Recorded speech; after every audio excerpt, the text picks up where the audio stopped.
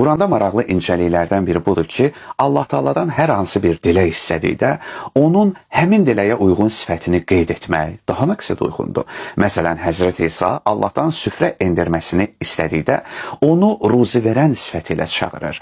Maida 14-də oxuyuruq. İsa dedi: "Ey Allahımız, Rəbbimiz, bizə göydən bir süfrə endir ki, o bizim əvvəlkilərimiz və sonrakılarımız üçün bir bayram və səndən bir nişanə olsun. Varzuquna və əntə xayrur razığin. Bizə ruzi ver. Sən ruzi verənlərin ən xeyirlisisən."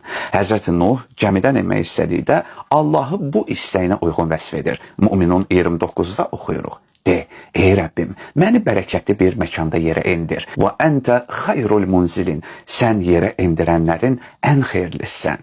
Yaxud Həzrət Zəkəriyya Allah Taala'dan ona varisi olacaq bir övlad bəxş etməsini istədikdə, Allahı varislərin ən yaxşısı sifəti ilə vəsf edir.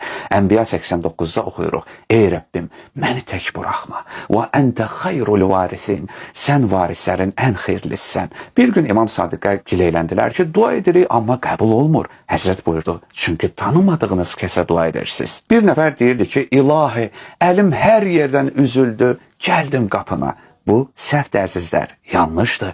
Allah son gələcək ünvan deyil, bəlkə ilk müraciət ediləcək ünvandır. Çünki sənin ehtiyacın olacaq məsələni ən yaxşı o həll edə bilər.